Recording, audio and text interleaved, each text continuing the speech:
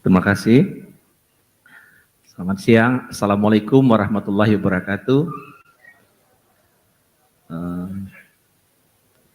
Saya hari ini dapat tugas menggantikan Pak Herwani. Seharusnya tugas Pak Herwani ini. Jadi hari ini jadi supir tembak kata orang bilang ya. Jadi hari ini saya mungkin nyampaikan mengenai kurikulum PT Pak Insinyur Elvira, MT, PSD, IPM. Beliau kuliah angkatan 87, kemudian pengalaman kerjanya setahu saya, karena saya udah dikasih ini ya kurikulum vitae, jadi yang saya ingat aja nih, pengalamannya kerja di MRT di Jakarta, kemudian perencanaan untuk subway kemarin ya, subway di Jakarta, kemudian pengawasan di Sambas besar nggak sama saya, LRT ya, dan Sambas. Mungkin itu sementara yang sampaikan.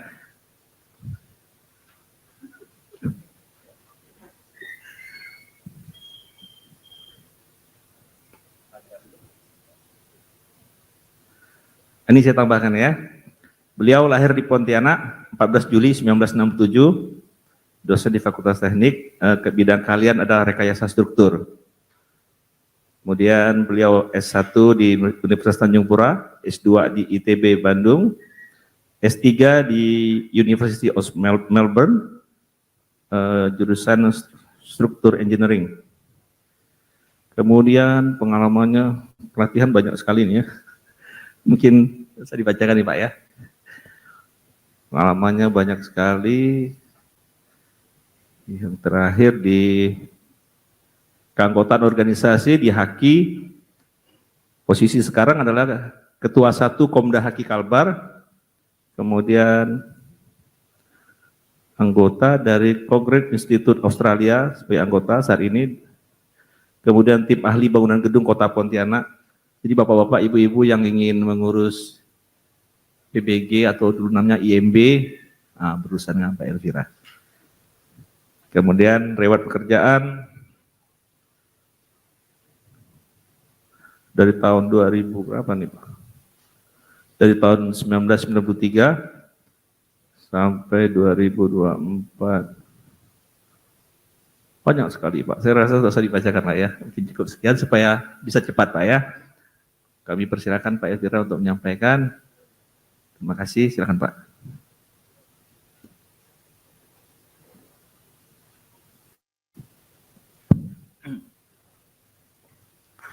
Terima kasih. Assalamualaikum warahmatullahi wabarakatuh. Alhamdulillahirabbil alamin. Allahumma shalli ala sayyidina Muhammad wa ala ali sayyidina Muhammad.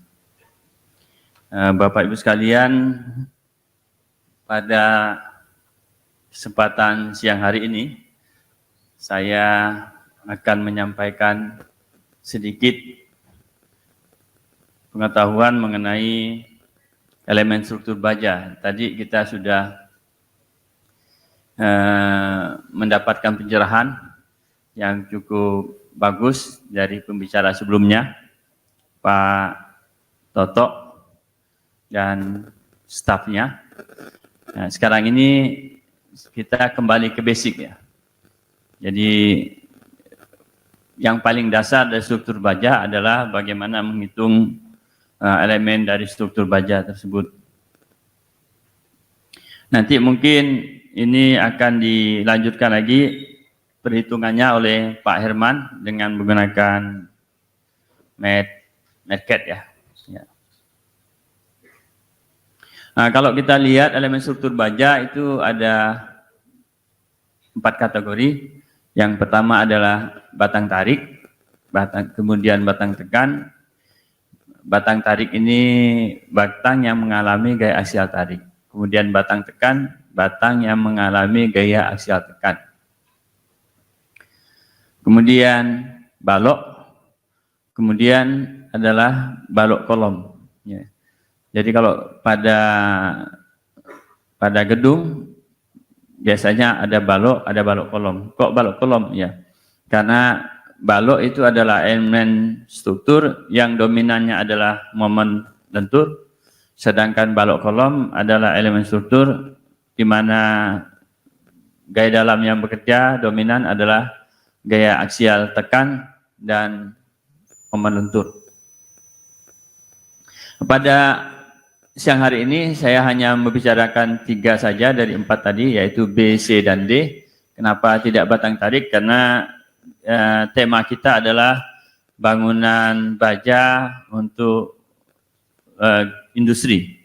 Kalau bangunan baja industri, maka yang dominan itu adalah batang tekan, balok, dan kolom. Yang dominan adalah balok dan kolom. Ya. Tapi kalau kita mau bicara kolom, maka kita harus tahu dulu mengenai batang tekan. Ya. Karena balok kolom itu kombinasi dari batang tekan dan balok. Batang tekan, ya kita tahu batang tekan adalah elemen struktur yang hanya mengalami gaya aksial tekan. Ya. Gaya aksial tekan sejajar dengan sumbu batang. Tekanan yang terjadi secara sederhana sama dengan P dibagi A. Pada bangunan batang tekan ini adalah kolom, tapi biasanya kolom itu juga mengalami momen, sehingga pada kasus kolom pada bangunan itu biasanya disebut balok kolom. Nah, ini adalah struktur-struktur yang dimana elemen strukturnya mengalami gaya tekan. Ini ada jembatan, umumnya jembatan ya. Dan termasuk juga di sini adalah menara telekomunikasi. Nah, ini biasanya dalam analisisnya kita menggunakan sistem rangka batang atau truss ya. Nah, karena dia berupa truss, yaitu kombinasi segitiga-segitiga, maka gaya yang dominan adalah gaya aksial, ya, gaya aksial, baik tarik maupun tekan. Sekarang apakah momennya tidak ada pada sistem struktur rangka batang ini? Ada. Tapi di teori biasanya rangka batang itu kan ujung-ujungnya dianggap sendi ya. Nah, itu adalah penyederhanaan supaya kita bisa hitung dengan hitung tangan, hand calculation. Tapi kenyataannya tidak ada satupun rangka batang yang ujungnya adalah sendi. Kenapa? Karena biasanya rangka batang itu ujungnya itu dibaut. Bautnya lebih dari 1. Kalau bautnya lebih 1, berarti dia tidak sendi, ya. Karena dia tidak sendi. Apalagi kalau jembatan, ya. Jembatan itu biasanya bautnya itu dikencangkan dengan suatu torsi tertentu, ya. Sehingga cukup kaku sambungannya, sehingga tidak bisa terjadi sambungan sendi, ya.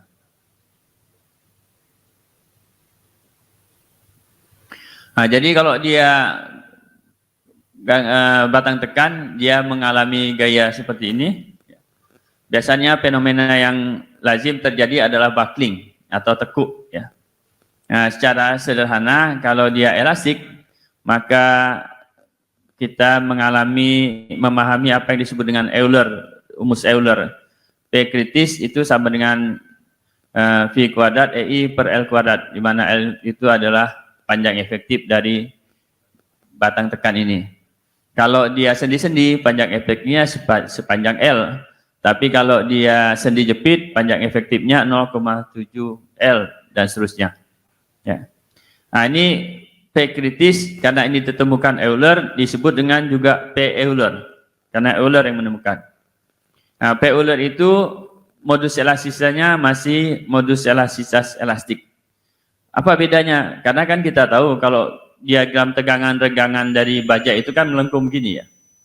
Jadi modus elastisitas itu sebenarnya berubah-ubah sesuai dengan kadar tegangan yang terjadi. Makin besar tegangannya, semakin kecil modus elastisitasnya.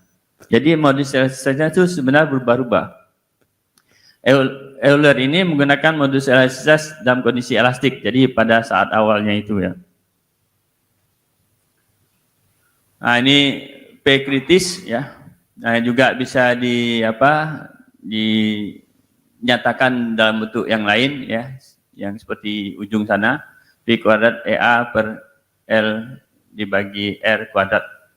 Nah, L per R itu adalah rasio kelangsingan. Kenapa dibikin rumus seperti itu? Karena ada suatu variabel yang penting dalam rangka batang, itu ada disebut rasio kelangsingan. Nah, rasio kelangsingan untuk batang tekan itu dibatasi maksimum 200. Kalau batang tarik itu 300. Ya. Rasio kelangsingan yang penting ya. Tidak hanya, walaupun kadang-kadang ada batang yang gayanya kecil sekali, ya, tapi tetap harus kita pasang di situ. Nah, kalau kita pasang batangnya kecil sekali, akibatnya nanti rasio kelangsingannya besar sekali. Nah, kalau melebihi, untuk batang tarik melebihi 300 itu tidak diizinkan. Jadi harus kita perbesar batangnya walaupun gayanya kecil. Apa dampaknya kalau seandainya kita paksakan dengan rasio kelangsingan besar? Nah, akibatnya nanti dia akan terjadi vibrasi. Vibrasi yang cukup besar. Nah, kalau vibrasinya cukup besar, dia kena angin, itu berbahaya, nanti ada pengaruh fatik. Ya. Pengaruh fatik, ya. Itu berbahaya. Nah, saya pernah mengalami ini, ya. Saya tidak sebutkan nama proyeknya, sebuah jembatan, ya, karena gayanya kecil, batangnya cukup panjang, ya kita pasang saja batang yang kecil. Akibatnya rasio kelangsingan lebih besar dari 300. Begitu jembatannya jadi, batang tersebut begitu kena angin bergetar. Wah, itu stres kita lihat.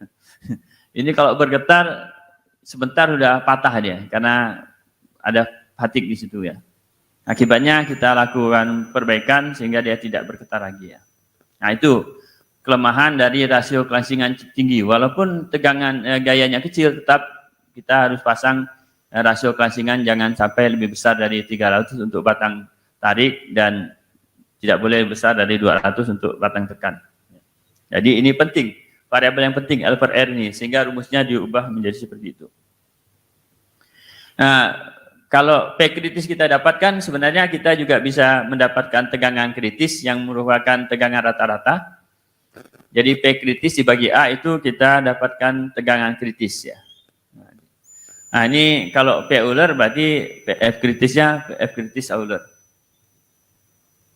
Nah, ini contoh soalnya, saya rasa saya skip saja, nanti Bapak Ibu sekalian bisa lihat di PDF yang ada di panitia ya. Karena waktu, jadi saya skip contoh soalnya. Nah, ini tadi saya bicara mengenai P kritis itu sebenarnya berubah-ubah besarnya sesuai dengan modus elastisitas. Karena kita lihat P kritis kan ada rumus modus elastisitas itu, ya ada elastisitas. Nah, dari grafik ini adalah grafik tegangan-regangan secara sederhana. Walaupun baja itu ada yang seperti itu, ada juga yang gini lurus, kemudian datar, naik lagi ya, berbagai macam. Tapi kalau bajanya mutunya agak tinggi, dia relatif tidak nampak.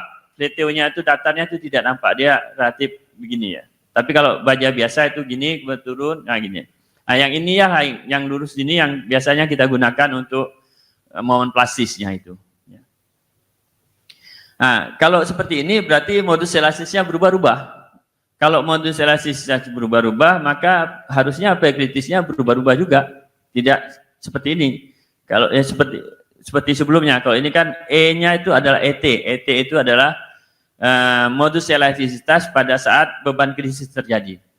Jadi P kritis itu berubah-ubah tergantung modus elastisitas.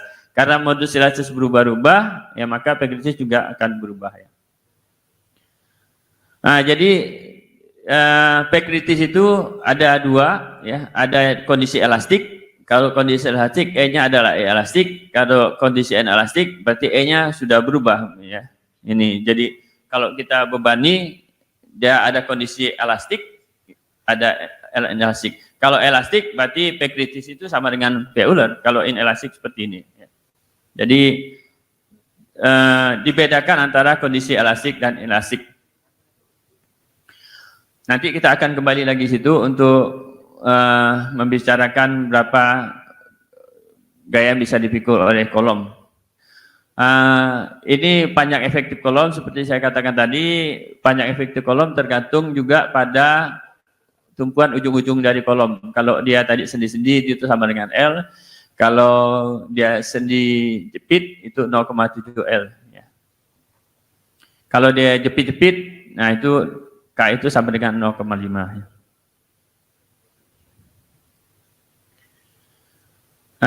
Jadi secara desain kita bisa hitung PN, P nominalnya itu sama dengan F kritis dikali luas penampang bruto. Ya. Kalau PU yang bekerja itu lebih kecil dari VC kali PN, maka dia kuat. Ya. VC itu adalah resistance factor, faktor reduksi kekuatan. Jadi PN dikali VC itu adalah P design. PN itu P nominal, VC kali PN itu P design. Kalau PU kurang dari P design berarti dia kuat. PU adalah faktor gaya dalam terfaktor. Nah, tadi P Euler itu adalah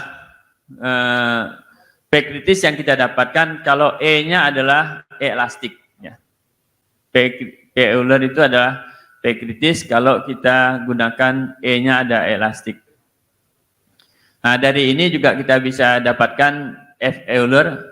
F Euler itu adalah P Euler dibagi dengan A.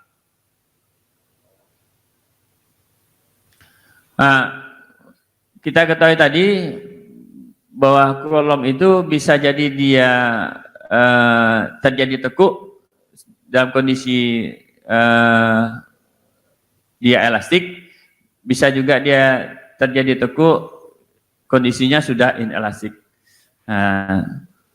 Untuk kondisi elastik, F kritis itu sama dengan 0,877 kali F Euler, sedangkan kalau dia kondisi inelastik itu sama dengan ini ya. Apa yang membedakan dia elastik atau inelastik? Maka KL per R itu kita bandingkan dengan ini ya. Nah ini, kalau KL per R-nya lebih kecil dari ini, maka dia inelastik. Kalau KL per R lebih besar dari ini, maka dia kondisi elastik. Jadi dia bisa tertekuk dalam kondisi elastik, bisa juga tertekuk dalam kondisi inelastik. Nah, F kritisnya itu kalau dia elastik, F kritis sama dengan 0,877 Fe. Kalau dia inelastik, F kritis sama dengan 0,658 F dan seterusnya. Nah, jadi kalau kita mendesain kolom, maka kita cek dulu KL per R-nya berapa. Kalau lebih besar, lebih kecil dari angka tersebut, maka dia kondisi inelastik, F kritisnya sama dengan ini. Kemudian kalau KL per R lebih besar dari angka ini, maka dia kondisi elastik, F kritisnya sama dengan ini. Kemudian PN sama dengan F kritis kali AG. Nah ini contoh soalnya. Ya. Saya skip saja karena kita lagi nanti akan membahas balok dan kolom. Kemudian pada batang tekan ada juga, kalau tadi kita bicara P kritis itu kondisi global, jadi tekuknya adalah tekuk global. Kemudian tekuk juga bisa terjadi dalam kondisi lokal, yang namanya tekuk lokal. Tekuk lokal terjadi apabila flange atau wave-nya itu tidak kompak, ya. Jadi tidak cukup kuat flange atau wave-nya itu, sehingga begitu terjadi tekuk, flange atau wave-nya itu dulu terjadi tekuk sebelum dia terjadi tekuk secara global. Nah, ada batasan-batasan tertentu flange atau wave-nya itu kompak atau tidak kompak.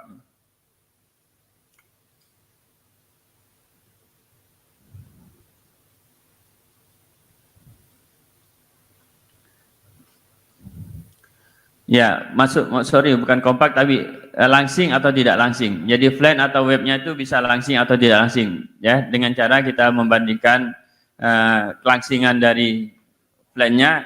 Untuk kelangsingan flange itu adalah B, itu adalah setengah kali lebar wave flange-nya dibagi dengan tebalnya, ya. Itu angka kelangsingan dari flange. Kita bandingkan dengan rasio kelangsingan dari flange-nya. Nah, kalau ini lebih besar dari ini, maka flange-nya langsing, ya. Kalau flange-nya langsing, dia bisa terjadi tekuk karena flange-nya. Nah, webnya juga demikian. Kalau webnya langsing, maka bisa terjadi tekuk pada web.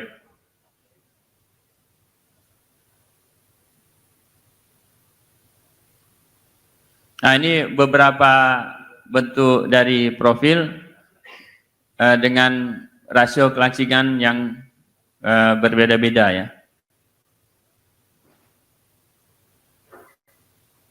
Nah, ini contoh soal untuk mengecek local instability-nya. Kalau plannya langsing, maka akan terjadi local instability.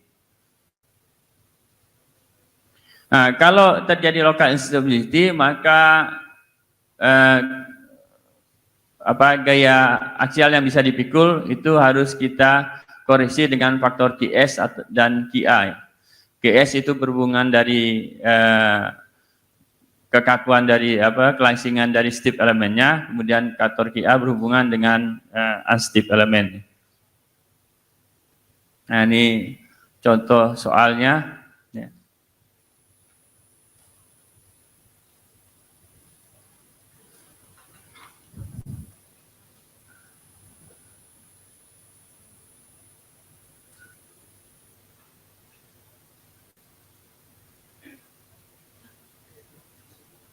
Nah, kalau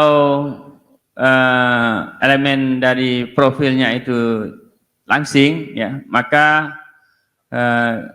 luas dari elemen tersebut harus dikurangi ya. Jadi kita harus menghitung dulu B efektif dari elemen tersebut ya. Nah, ini adalah prosedur untuk menghitung B efektif sehingga kita bisa dapatkan koreksi untuk faktor reduction faktor dari kekuatan batang tekan tersebut ya.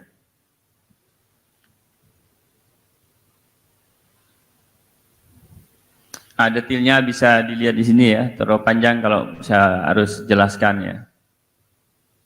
Ini ada contoh soal juga bagaimana menghitung faktor QA itu ya. Nah, faktor QA dan QS itu yang akan kita gunakan untuk pengali dari kekuatannya.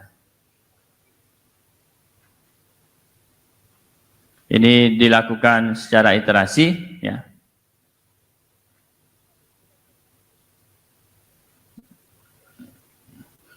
Nah, ini adalah pembahasan yang kedua mengenai balok ya. Tadi bicara kolom ya. Nah, kolom itu bisa saja terjadi tekuk secara global maupun tekuk secara lokal. Nah, kalau dia elemen dari profil, elemen profil itu maksudnya adalah plane dan web ya. Kalau plane dan webnya langsing, maka kuat tekuk secara globalnya itu harus kita koreksi. Nah, itu pembahasan mengenai kolom. Kita lanjutkan lagi pembahasan mengenai elemen struktur yang kedua, itu adalah balok. Ini sayang tidak ada laser pointernya, susah saya. Tidak jalan laser pointernya. Ada nggak? Ah, ada. Oh, mau kuat-kuat dah. Kurang kuat. Kurang kuat rumah saya. Ada. Ya, makasih Pak. Ini mantap nih. Ya. Terima kasih Pak. Jadi susah menjelaskan. Tunjuk tangan tak sampai ya. Nah, ini balok. Balok adalah elemen struktur di mana yang dominan itu adalah momen lenturnya. Ya. Ini adalah salah satu bagian dari jembatan Tayan. Ini tim kita. Yang sebelah kiri sekali itu Pak Ali, itu tim leader kita. Yang tengah-tengah itu saudara saya. Ya, kebetulan kita punya pengalaman di jembatan Tayan. Untuk itu salah satu proyek strategis nasional di mana banyak sekali elemen baja yang kita gunakan di situ. Balok adalah elemen struktur yang menahan beban transversal sehingga didesain umumnya terhadap gaya geser dan momen lentur. Bila gaya aksial yang bekerja cukup signifikan, maka elemen tersebut dinamakan balok kolom atau beam kolom. Nah, ini kita bahas kalau gaya aksialnya kecil sehingga dia dikategorikan sebagai balok. Nah, desain kriterianya momen akibat beban terfaktor itu harus lebih kecil dari momen nominal dikali dengan faktor reduksi kekuatan. Nah, balok ini ada dua, ada yang standar seperti ini, ya, ada yang tidak standar. Yang tak standar ini biasanya kita sebut dengan flat gated.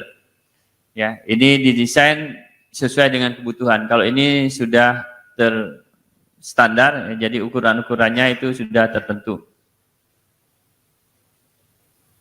Nah, kalau biasanya ini banyak kita gunakan untuk jembatan, ya, karena jembatan itu profilnya itu tidak standar, ya, jadi harus kita desain khusus, ya. Nah, ini adalah biasa kalau kita punya balok, kita bebani, maka tegangan yang terjadi seperti ini. Nah, kalau tegangan yang terjadi pada jarak Y dari garis netral,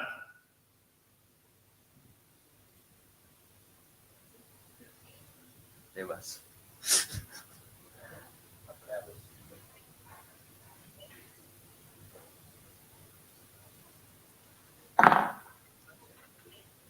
Banyak yang jadi korban.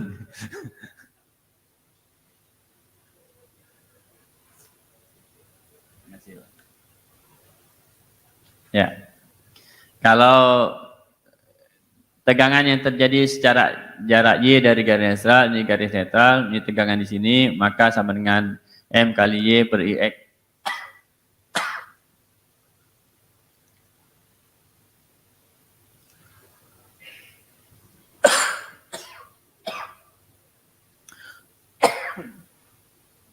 Ini adalah evolusi tegangan pada balok.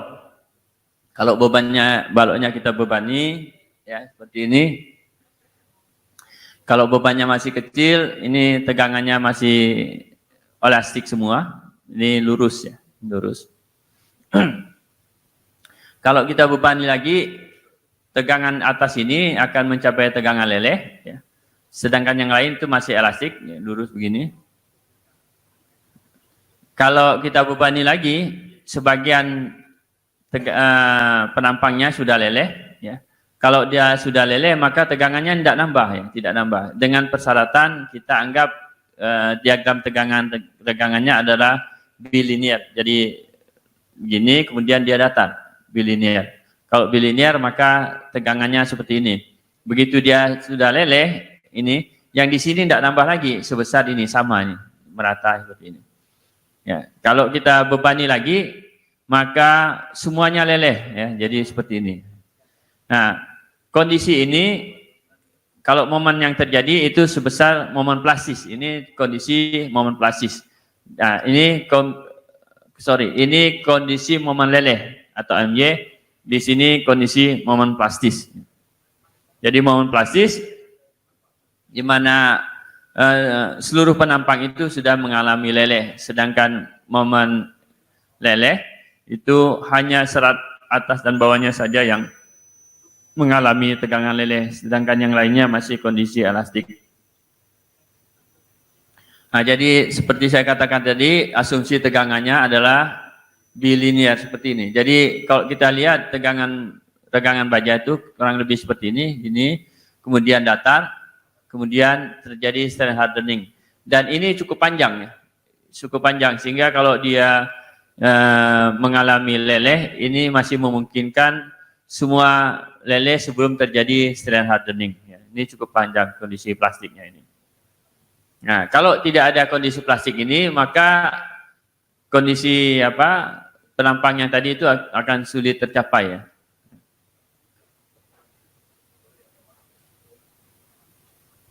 Nah, kalau dia sudah plastik, maka terjadi yang namanya sendi plastik di sini. Sendi plastik itu di mana deformasinya bertambah tapi momennya tidak nambah ya. Itu. Nah, ini momen plastis ini adalah sebesar ini ya. Jadi ada dua macam momen, ada momen leleh. Momen leleh itu di mana pada serat atas dan bawahnya terjadi tegangan leleh. Momen leleh itu sebenarnya sebesar Fy dikali S. S adalah modulus penampang. Sedangkan momen plastis di mana semua penampang ini sudah mengalami plastis. Nah, momen plastis sebesar Fy dikali Z. Z itu modulus plastik penampang.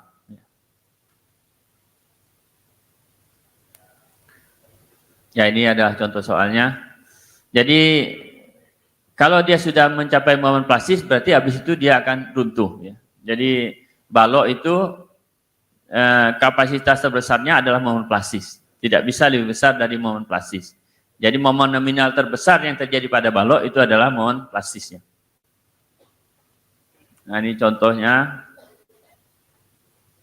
Ya.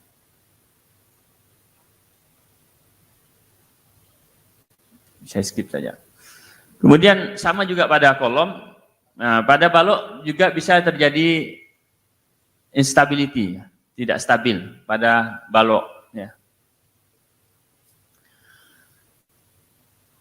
Nah, instabil itu bisa secara lokal, bisa juga secara global. Ya. Bisa secara lokal, bisa secara global. Sama seperti kolom. Kolom juga bisa terjadi tekuk secara lokal, bisa juga terjadi tekuk secara global. Tekuk secara lokal terjadi kalau dia elemen dari penampangnya itu langsing. Nah, pada kolom juga, pada balok juga demikian. Kalau elemen penampangnya itu langsing, maka bisa terjadi tekuk lokal. Nah, tapi ada juga bisa terjadi tekuk global yang disebut dengan lateral torsional buckling ya, atau LTB. Ya. Nah, ini adalah tekuk lokal. Beda dengan beton. Ya. Kalau beton itu kan penampangnya relatif lebar ya, tidak langsing sehingga kita tidak bicara tekuk pada beton, balok beton. Tapi pada balok baja karena penampangnya langsing, kita bicara tekuk. Ya. Tapi pada beton prategang itu bisa juga terjadi tekuk ya. Nah, terutama untuk balok I yang panjangnya sekitar 50-60 meter itu rawan terjadi tekuk ya. Itu sangat berbahaya. Tapi kalau sekitar 40 meter, 30 meter untuk beton prategang itu relatif tidak sulit ya.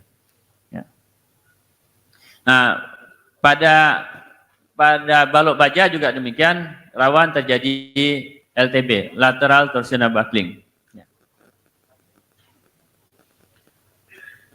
Jadi kalau gitu, kalau kita lihat batasan-batasannya adalah pertama yang paling besar ada terjadi MP, momen plastis.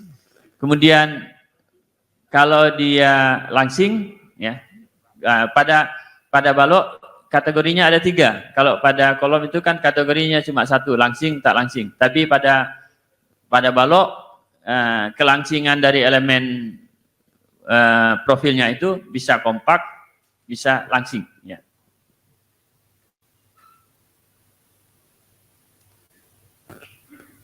Nah, ini seperti ini. Jadi balok kalau kita bebani belum mencapai momen plastis, dia sudah berputar seperti ini, ya. Terjadi torsional ya. Seperti ini. Jadi momen plastisnya belum tercapai, dia sudah berputar. Kalau dia berputar terjadi buckling. Supaya dia tidak berputar ya dikasih diafragma seperti ini. Biasanya untuk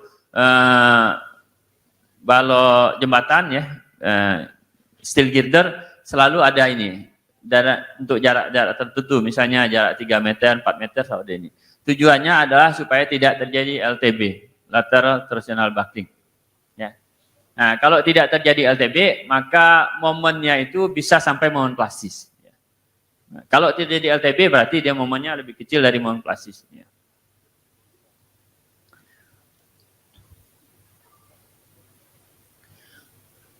Jadi balok tetap stabil sampai terjadi MP, maka momen nominal sama dengan momen plastis. Ini momen terbesar yang bisa dipikul oleh balok.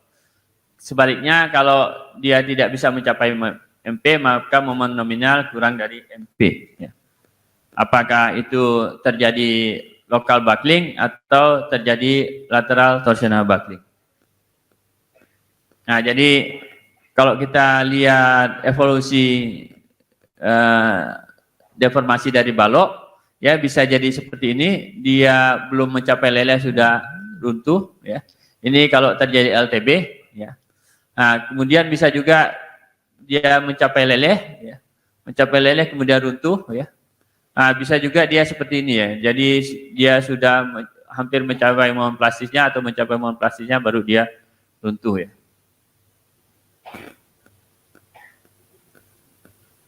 Nah, seperti saya katakan tadi, kalau pada kolom itu ada langsing tak langsing, ya, dari profilnya. Tapi pada balok itu ada istilah kompak, ada langsing, ya. Nah, ini batasan-batasan kelangsingannya, ya. Lambda ini adalah width to thickness ratio. Jadi ini adalah upper limit untuk compact kategori. Jadi kalau rasio lebar terhadap tebalnya itu kurang dari ini, maka dia kompak. Kalau antara ini dengan ini, maka dia tidak kompak. Kalau lebih besar dari ini, dia langsing. Ya. Jadi profilnya itu bisa kompak, bisa tidak kompak, bisa langsing. Kalau ini lebih kecil dari ini itu kompak, kalau ini antara ini dan ini itu adalah tidak kompak, kalau ini lebih besar dari ini itu adalah langsing. Ya, ini. Kalau lambda lebih besar lambda P itu disebut lebih kecil, lebih kompak. Kalau antara LP dan LR itu disebut tidak kompak, kalau lebih besar dari LR itu disebut langsing. Nah, ini batasan-batasannya. Kalau dia WF, lambda untuk flange-nya seperti ini, kalau dia web-nya seperti ini adalah batasan untuk flange dan web LP, dan ini adalah lambda R.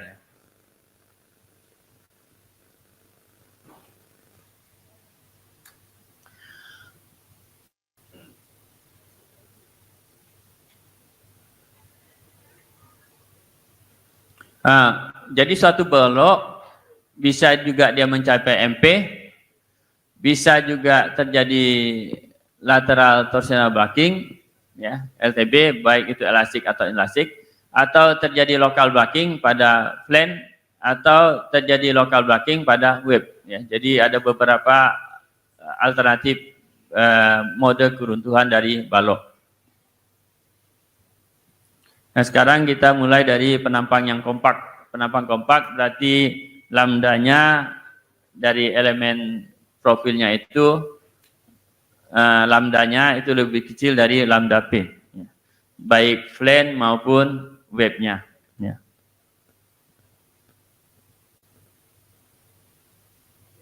Nah, ini kuat lentur dari penampang kompak. Nah, kuat lentur dari penampang kompak ditentukan oleh global bucklingnya, ya. Ini kita skip saja, ya. Ini untuk ngecek pendampangnya kompak atau tidak kompak, ya. Nah, kalau dia terjadi LTB atau tidak, maka itu ditentukan oleh panjang bentang yang tidak terkekangnya. Ini LB, panjang bentang tidak terkekang. Jadi panjang bentang yang tidak ada lateral supportnya, tidak ada. Kalau misal di sini ada support, maka panjang bentangnya sebesar ini, ya. Panjang bentang yang mungkin terjadi tekuknya. Ini adalah lateral supportnya. Kalau dia jembatan komposit, berarti sepanjang batangnya itu terjadi support, ya. Jadi LB-nya kecil sekali. Tapi sebelum dia dicor, nah itu panjang batangnya tergantung pada berapa panjang diafragmanya. Nah, jadi untuk penampang kompak, ya, penampang kompak bisa jadi dia runtuh setelah tercapai momen plastis. Ini, ya. Ini. Jadi panjang batang yang tidak terkekangnya relatif kecil, sehingga dia runtuh setelah mencapai momen plastis. Kemudian bisa juga dia runtuh terjadi buckling. tetapi sebagian dari penampangnya sudah inelastik. Nah, jadi dia terjadi inelastic buckling. Ya. Jadi dia terjadi torsional buckling, tapi sebagian penampangnya sudah inelastik, sudah mencapai kondisi plastis. Tapi bisa juga terjadi sama sekali penampangnya belum mencapai plastis, dia sudah terjadi buckling. Ya. Nah, ini namanya elastic LTB. Ya. Ini tidak terjadi LTB, lateral torsional buckling. Ini terjadi LTB, tapi sebagian penampangnya sudah inelastik. Ini terjadi LTB, tetapi penampangnya masih dalam kondisi elastik. Apa beda batasannya? Apabila LB lebih kecil dari LP, ya, maka tidak ada instability. Jadi dia akan mencapai momen plastis, baru dia runtuh. Kalau LB-nya, jadi panjang balok yang tidak terkekangnya itu antara LP dan LR, ya, antara LP dan LR, maka dia runtuh setelah terjadi inelastic LTB. Ya, sebagian penampang sudah mencapai inelastik, kemudian dia baru terjadi buckling. Kalau LB, panjang batang yang tidak terkekangnya itu, panjang balok tidak terkekang lebih besar dari LR, maka dia akan terjadi elastik LTB. Nah, masing-masing ini ada rumusnya. Kalau ini rumusnya sudah jelas, ini sama dengan MP. Kalau ini ada rumusnya, ini juga ada rumusnya, berapa MN-nya. Nah, ini adalah batasan untuk LP. LP sama dengan 1,776 kali ini.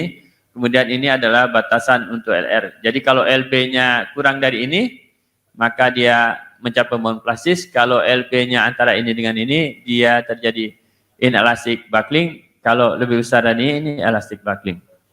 Nah, ini semuanya ini ada di tabel profil baja. Nah, jadi seperti saya katakan tadi, kalau LB kecil dari LP maka terjadi momen plastis. Kalau LB-nya antara LP dan LR, ini momen nominal yang bisa dipikul. Nah, momen nominal yang bisa dipikul ini kita cek juga terhadap MP. Kalau dia lebih besar dari MP, maka yang terjadi adalah MP. Kalau dia lebih kecil dari MP, berarti ini yang terjadi. Ya. Ini inelastic buckling. Kalau LB-nya lebih besar dari LR, maka momen nominalnya sama dengan ini. Ini juga harus kita cek terhadap MP. Kalau lebih besar dari MP, maka MP yang terjadi. Kalau lebih kecil dari MP, ini yang terjadi. Ya. Nah, di mana F kritisnya, FCR ini sama dengan ini ya. Nah, ini semuanya variabelnya ada di tabel kalau profilnya standar. Nah, di sini ada faktor CB juga ya. Faktor CB itu adalah faktor yang ditentukan oleh distribusi momen pada sepanjang baloknya itu.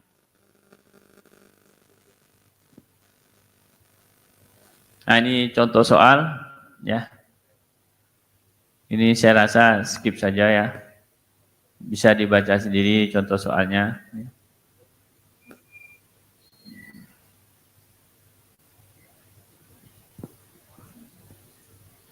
Nah, ini cara menentukan CB, faktor CB yang ditentukan oleh distribusi momen sepanjang batang panjang baloknya.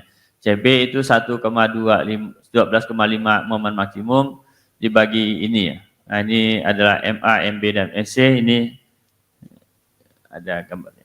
Nah, ini MB, MA adalah momen di sini 1/4 dari bentang, MB momen di tengah bentang, MC momen 3/4 bentang, dan momen maksimum adalah momen bukan di tengah, bisa jadi bukan di tengah bentang momen maksimum. Jadi momen maksimum di balok ini ya. Bisa jadi bukan di tengah bentang, tapi MB momen tengah bentang. Ya, ini untuk menentukan CB tadi.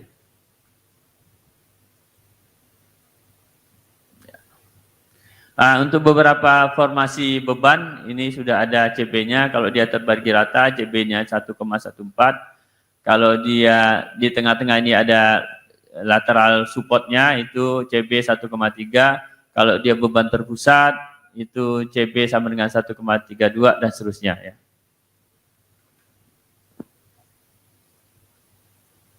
Nah, ini pengaruh CB terhadap momen ya. Jadi semakin besar CB-nya, maka semakin besar juga momen yang bisa dipikul oleh balok tersebut.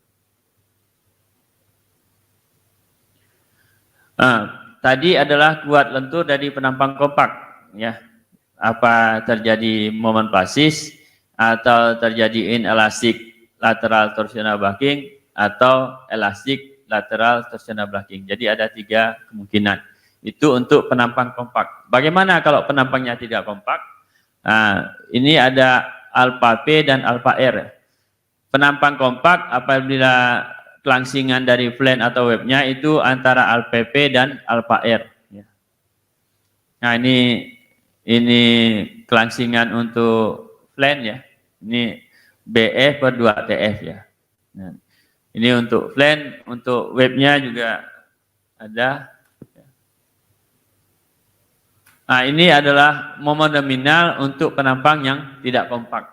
Ya, kalau penampangnya tidak kompak atau lambdanya itu antara lambda P dan lambda R, maka momen nominalnya sebesar ini, sebesar momen plastis dikurangi dengan ini. Nah, ini kita bandingkan lagi dengan momen plastis. Juga kita bandingkan juga momen yang kita dapatkan akibat inelastic lateral torsional buckling atau momen nominal yang kita dapatkan dari elastic lateral torsional buckling. Yang mana yang lebih kecil itulah yang menentukan. Bisa jadi momen nominal akibat penampang tidak kompak ini lebih besar daripada momen akibat elastic lateral torsional buckling.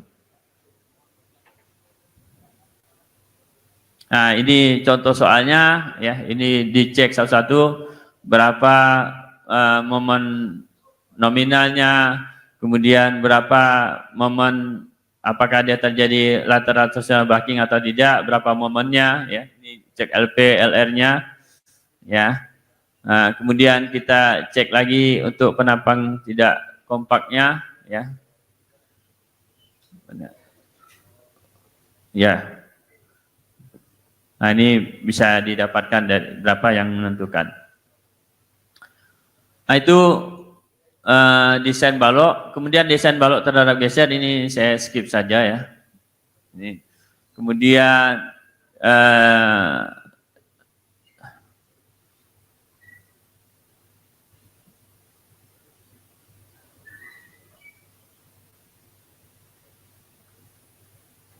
kemudian pada balok juga bisa terjadi block shear ya, seperti ini.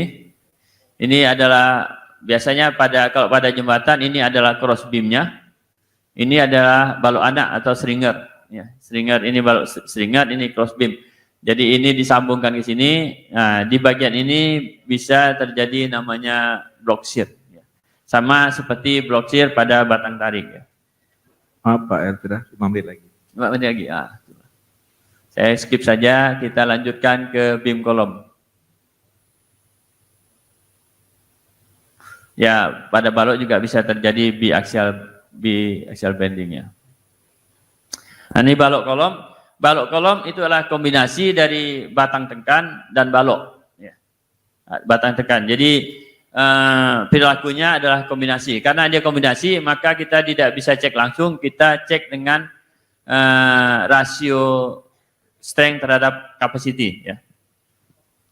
Required strength dengan available strength. Kalau required strength dibagi available strength kurang dari 1 berarti dia kuat. Kalau required strength dibagi available strength lebih besar dari 1 maka dia tidak kuat. Kalau dia cuma aksial saja seperti ini, kalau dia ada momen berarti juga kita kombinasikan dengan momen. Nah, ini akibat gaya aksial, ini akibat momen. Required strength akibat gaya aksial dibagi dengan capacity ditambah dengan required strength akibat momen arah X dibagi capacity penampang arah X. Ini required strength momen arah Y dibagi capacity penampang arah Y. Kalau ini kurang dari 1 secara teori itu aman. Nah, tetapi peraturan mensyaratkan ya, untuk PU dibagi V kali PN kurang lebih besar dari 2, rumus interaksinya seperti ini. Kalau ini kurang dari 1, oke. Kemudian kalau PU dibagi V kali PN lebih kecil dari 2, kita gunakan rumus ini.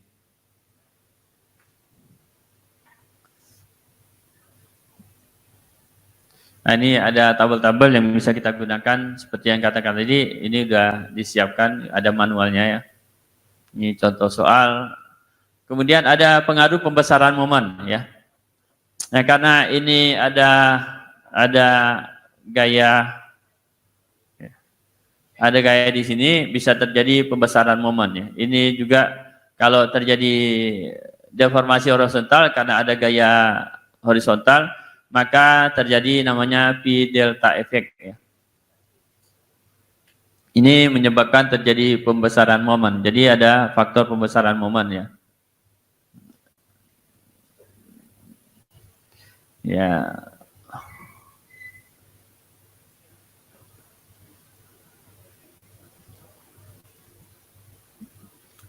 Mirip seperti kolom pada balok, pada beton itu ada namanya kolom langsing, atau kalau tidak langsing itu juga ada terjadi faktor pembesaran momen. Kalau kolom pendek tidak diperhitungkan faktor pembesaran momen, kalau kolom langsing diperhitungkan faktor pembesaran momen. Itu untuk beton ya. Nah, ini juga ada namanya faktor pembesaran momen.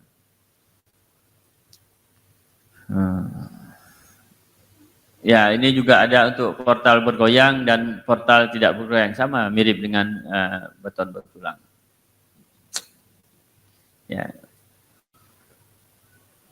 Ini contoh-contoh soalnya ada, ya silakan dibacalah. Ya, saya rasa itu Pak Moderator.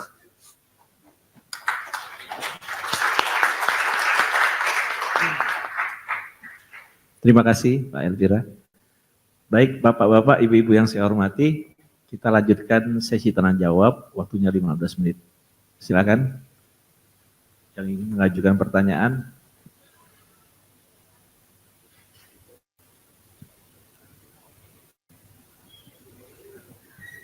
Ada yang ingin mengajukan pertanyaan? Oke, online ada pertanyaan. Saya mau tanya terkait kombinasi pembebanan. Ada beberapa dari teman saya berpendapat bahwasanya kalau ada beban gempa tidak perlu memakai beban angin pada perhitungan struktur dan sebaliknya, karena hasilnya akan besar pada struktur yang akan kita pakai. Karena pernah ada kasus di mana perencanaan struktur kita outputnya besar, padahal pengalaman lapangan itu bisa berdiri tegak bangunan tersebut momen pencerahannya. Terima kasih. Ya, memang gempa itu kan ada probability-nya. Angin juga ada probability. Jadi sangat jarang sekali terjadi, begitu terjadi gempa, anginnya juga kencang. Kompak ya, itu jarang sekali, sangat-sangat jarang terjadi. Sehingga tidak pernah dikombinasikan beban angin dengan beban gempa. Kalau kita beban angin, gempanya tidak ada. Kalau kita pakai beban gempa, anginnya tidak ada. Karena kecil sekali kemungkinan gempa dan angin itu terjadi bersamaan, ya, kompak gitu ya. Ya itulah alasannya, sehingga kalau kita hitung gempa, angin jangan dihitung. Tapi tetap envelope-nya kita perhitungkan ya. Yang mana yang dominan akibat gravity, kemudian akibat beban gempa, akibat beban angin, semuanya kita perhitungkan, kita cari envelope-nya. Ya. Envelope itu nilai terbesar pada setiap penampangnya ya. Ya, pada setiap segmen. Ya. Oke, terima kasih Pak. Itu pertanyaan Pak Prayogi B. Utomo. Mungkin ada lagi yang ingin bertanya? Oh, silakan Pak Rudi Istanto. Pak Rudi ini satu tim sama saya nih, Jembatan Tayan. Jadi jangan nanya Jembatan Tayan ya. Makasih. Kenalkan nama saya Rudi Istanto. Tadinya mau nanya ke Pak Toto, cuman diborong Pak Yusuf udah habis deh. Begini, dari rangka baja ini kan rangka baja atau struktur baja itu kan fabrikasi di workshop. Sedangkan lubang-lubang bautnya sudah diperhitungkan seperti desain. Masalahnya dalam pelaksanaan, kadang itu posisi lubang-lubangnya bautnya tidak pas itu Pak. Sehingga kita paksa. Kan kemungkinan berarti ada gaya tambahan di situ. Bagaimana memperhitungkan gaya-gaya tambahan di dalam pelaksanaan apabila lubang bautnya itu meleset. Yang kedua ini kaitan dengan tadi juga sebenarnya ke Pak Sahal ini yang kaitan dengan crane overhang. Ini maksudnya metode perhitungannya kan prinsipnya sama seperti launcher girder itu untuk LCB, tapi dia kan bisa kayak seperti untuk launcher ke girdernya MRT itu kan berjalan dari pilar ke pilar. Apakah prinsipnya sama untuk baloknya sama dengan travelnya runningnya sama kakinya dudukannya untuk ke pilar itu, sehingga bisa mobile pindah ke satu pilar ke pilar lain. Itu aja Pak, terima kasih. Silakan Pak. Nah, terima kasih Pak Rudi. Pak Rudi ini sedang mengawasi proyek jembatan Sungai Sambas Besar. Ya, main bridge-nya itu, main span-nya itu rangka baja, lengkung.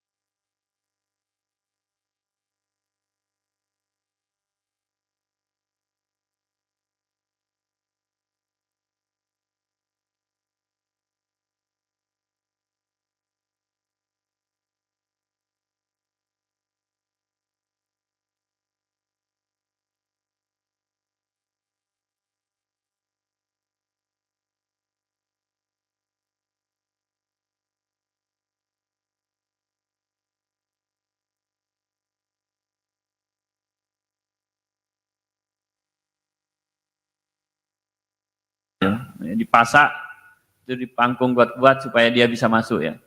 Tapi tidak bisa dipaksa, namanya baja ya, tidak bisa dipaksa. Koreksinya berapa? Tidak ada koreksinya. Saya belum temukan koreksinya. Ya kalau dia terlalu besar berarti dia tidak bisa dipasang bautnya. Itu aja. Paling kalau diperbesar ya itu lubangnya bertambah besar, sebenarnya lubang yang bertambah besar tidak masalah. Yang penting bautnya masih bisa ngepres ya. Nah, kalau jembatan ini sekarang orang pakai sistem sambungan geser. Ya.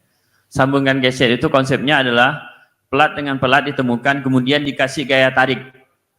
Karena ada gaya tarik, maka sepelat dengan pelat itu tidak bisa bergeser.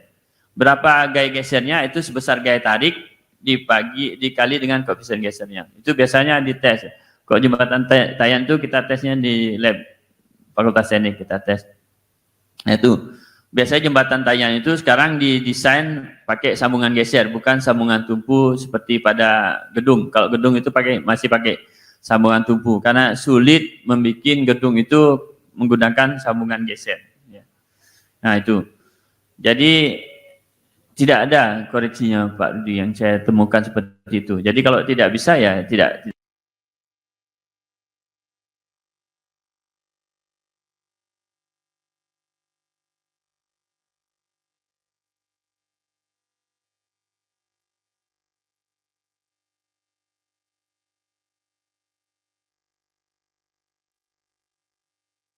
Saya tak boleh sebut juga ya, kode etik ya. Itu ngeri, sambungan itu bisa selisih 2 cm, 1 cm. Itu cuma cara ngelasnya gitu. Nah, jadi, wah, mudah-mudahan lah tidak runtuh. Apalagi kalau bajanya pelengkung ya, pipa yang dilengkungkan itu tidak gampang. Kalau pipa dengan pipa disambung itu kan tidak bisa seperti holo dengan holo. Holo dengan holo itu gampang. Tapi pipa itu kan dia ada melengkungnya itu. Ya. Oleh karena itu di Jepang itu las di lapangan ini tidak direkomendasikan. Jadi hampir semua sambungan itu menggunakan baut kalau di lapangan. Las itu hanya dilakukan di pabrik. Karena las itu tidak gampang ya. Jadi ada sekolahnya, di Jepang itu ada sekolahnya khusus ya, untuk las itu ya. Bukan orang yang bikin kanopi itu bisa langsung las, tidak. Jadi harus benar-benar padat lasnya, itu harus diuji lagi dengan penetran ya, apa ada lubang atau tidak, itu tidak gampang. Ya. Nah, kalau terjadi lubang berarti terjadi konsentrasi tegangan pada lubang-lubang tersebut, itu berbahaya ya. Jadi permasalahan utama itu. Termasuk juga cara metode instalasi. Ya, kemarin waktu kita kunjungan ke jembatan Sungai Sambas Besar itu, saya menyarankan pemasangan baut harus pada suhu yang sama. Ya. Ya. Suhu yang sama itu yang paling bagus adalah suhu minimum dia. Yang bagus itu pagi hari, pagi sekali atau malam hari. Itu adalah suhu yang rendah. Kalau dilakukan berbagai macam suhu, nanti rangkanya bisa belok-belok. Ya. Ya, itu terjadi karena mulai susut batang itu kan besar. Karena pada saat kita masang kan kita ngukur. Nah, ngukur koordinatnya itu harus pada suhu yang sama. Kalau kita ngukur koordinatnya tidak pada suhu yang sama, yang mana yang mau digunakan referensi ya. Ya. Jadi dia bergerak terus ya. Ya. Rangka batang itu bergerak terus dengan berubahnya suhu. Oleh karena itu harus dikencangkan pada suhu yang sama. Jadi dia kan diukur dulu baru dikencangkan. Nah, mengukur dan kencangan itu harus di suhu yang sama, tidak boleh suhu yang berbeda. Yang kedua, ya konsepnya sama dengan launching girder ya.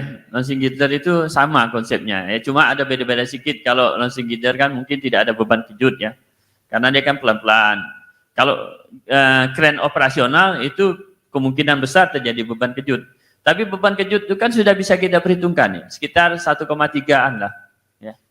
Kan kita bisa cek beban itu kan ada push ya. Beban push itu bisa yang segitiga, bisa melengkung ya, bisa segi 4, maksimum itu sekitar 1,3. Nah, ya kita bisa lebih-lebihkan sedikit ya. Ya, seperti itu. Jadi tidak akan besar, tidak mungkin lebih besar dari 2, tak mungkin ya. Beban kejut itu tidak mungkin. Paling 1,3, bisa besar sedikit. Sama juga pada jembatan kan kita pakai 1,3. Karena secara teori kalau beban push itu, beban apa? Satu pulsa itu ya 1,3 besarnya. Ya. Nah, itu Pak Moderator. Oke, terima kasih Pak Elvira. Masih ada 5 menit. Silakan, ada yang mau? Silakan.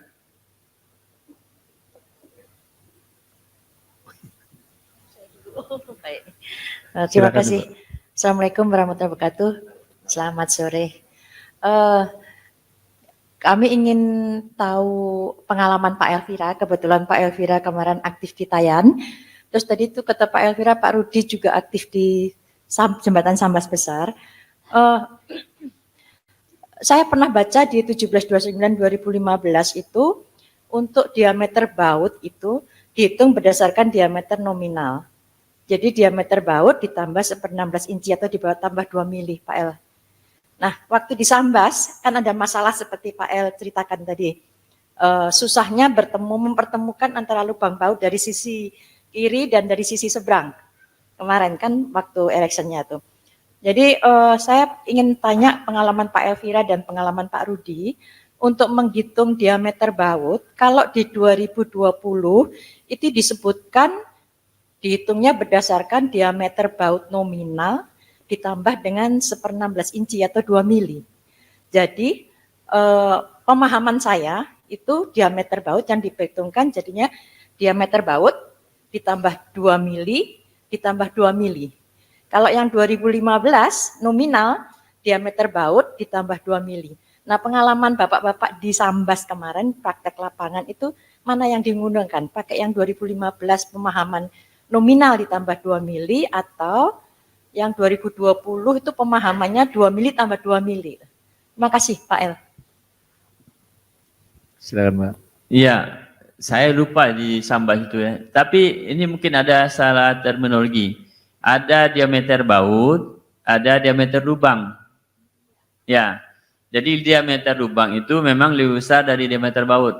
Tapi diameter baut ya seperti itu, sebesar itu. misalnya berapa? Diameter 16 mili, 16 mili, tidak ada tambah-tambah lagi. Cuma ada beda, baut itu ada dua diameternya, ada di daerah ulir, ada di daerah non ulir. Nah, di daerah ulir itu lebih kecil, kalau tidak salah sekitar 80% itu kekuatannya dibandingkan dengan yang non ulir. Itu saja, tapi diameter bautnya ya itu diameter baut itu. Diameter lubang yang lebih besar dari diameter baut. Pak Rudi tadi katakan 2 mili ya. Ya, secara kalau inci itu kalau tidak salah 2 mili itu 1/16 inci ya. 1/16 inci itu. Jadi ada toleransinya, jadi dia masih bisa bergerak.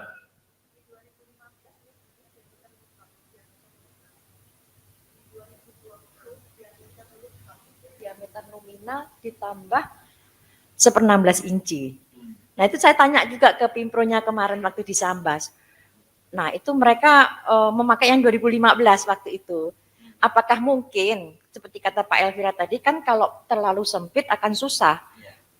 Baja itu mau melelehkan itu harus di atas berapa ratus derajat gitu kan untuk bisa masukkan nepatkan lembar. Tapi kalau longgar masih bisa dikerjakan gitu kan. Nah itu apakah tidak, saya tanya kenapa tidak pakai yang 2020 nominal ditambah 2 mili, mungkin tidak ada masalah dengan itu. Tapi menurut beliau pada saat pelaksanaan itu konsensusnya itu yang nominal itu gitu. Nah, barangkali di Tayan itu juga ada perbedaan gitu. Terima kasih. Ya, saya kurang tahu itu Bu, oke, masalah itu ya. Ya, memang harusnya diameter lubang itu lebih besar dari bautnya. Kalau sama itu tidak mungkin, karena tidak mungkin ngebor lubang itu presisi 100%, tidak mungkin. Pasti geser ya, walaupun itu computerized ya. Atau itu saya rasa itu computerized ya, dilakukan oleh robot, tapi tetap juga itu bisa bergeser, Maka toleransinya itu 2 mili toleransinya. Oke, terima kasih Bu Yoga, Pak Elvira. Masih 1 menit nih. Boleh lah ya 1 pertanyaan ya, silakan. Biar enggak penasaran. Baik, perkenalkan nama saya Jaya Christian, saya dari Universitas Pancabakti Pontianak. Izin bertanya Pak, apa saja faktor yang mempengaruhi kekuatan dan daya tahan rangka baja? Dan bagaimana cara memilih rangka baja yang berkualitas tinggi tertentu? Ya, jadi banyak faktor yang mempengaruhi secara global. Itu ada faktor pencanaan, kemudian ada faktor pelaksanaan dan faktor pengawasan. Ya, tiga-tiganya menentukannya. Termasuk ada satu lagi ya, operational dan maintenance ya. Jadi dioperasikan bagaimana, di maintenance bagaimana, itu juga menentukan kualitasnya. Kalau dia tidak di maintenance yang secara bagus, maka dia juga cepat rusak. Ya. Jadi ada perawatannya ya. Nah, jadi desain harus didesain sesuai dengan aturan yang ada ya, dengan SNI misalnya itu ya. Nah, itu harus desain seperti itu. Kemudian pelaksanaan harus dilakukan sesuai dengan gambar kerja dan syarat-syarat ya. Jangan sampai gambar kerjanya biasanya pada proyek besar ada gambar desain, ada gambar for construction ya. Ya, ada gambar desain itu dibikin oleh perencana, kemudian kontraktor bikin lagi gambar, itu for construction. Nah, itu lebih detail daripada gambar desain. Nah, kalau kontraktor salah bikin gambar, nah itu juga bisa rusak ya. Nah, biasanya gambar for construction itu diperiksa dulu oleh konsultan pengawas ya. Ya, untuk jembatan Sambas itu gambar untuk for construction-nya itu berapa? 1000 lembar lebih ya. Ya, kebetulan saya yang meriksa, rasa nak muntah meriksa itu. Ya, banyak sekali. Itu baru main span-nya ya, baru main span-nya 1000 lembar lebih. Jadi saya punya akal waktu itu. Oke, saya akan periksa, tapi saya minta satu orang asisten dari kontraktor. Saya suruh dulu dia periksa. Jadi setiap angka yang diperiksanya harus diconteng, dicek. Ya. untuk membuktikan dia sudah baca gitu. Nah, nanti yang bermasalah baru saya yang koreksi gitu. Alhamdulillah tidak bermasalah ya. Sampai sekarang jembatan Tayan masih hancur. Nah itu awal-awalnya rasa nak muntah, begitu ditunjukkan saya Pak periksa. Nunjuk, bayangkan itu detil-detil itu harus kita periksa semua ya. Ya, tapi kita juga harus punya trik-trik ya. Ini begini cara meriksa ya. Karena pengalaman kerja kita punya trik cara bagaimana cara membaca apa mengoreksi memeriksa gambar itu yang cepat itu kita punya trik-trik ya. Ya salah satunya menggunakan itu. Dia suruh periksa dulu ya baru kita periksa habis itu ya. Ya. Jadi masing-masing tahapan itu menentukan pada saat tahap desain bagaimana penyelidikan tanahnya ya. Nah, jangan sampai pondasinya dibikin di sini, penyelidikan tanahnya di sini. Itu bisa terjadi. Kenapa? Karena kan perencana itu waktu dia melakukan soil investigation tak ada yang ngawas. Hantu yang ngawasnya. Ya. Nah, mana siapa yang bisa jamin dia bikin soil investigation sesuai dengan pondasi pile yang akan dipancang di situ atau yang bor pile yang akan dipasang di situ. Tak ada jaminan. Nah, oleh karena itu biasanya jembatan-jembatan besar itu dilakukan soil investigation lagi ya setelah dapat kontrak lakukan lagi gitu. Nah, ya. Nah, kondisi beberapa proyek itu meleset sehingga kita harus begitu dibangun abutmennya miring. Sekali cek punya cek rupanya penyelidikan tanahnya salah. Ya, harus kita repair. Nah, itu selap juga dengan repairnya tuh. Rapat di Jakarta berkali-kali ya.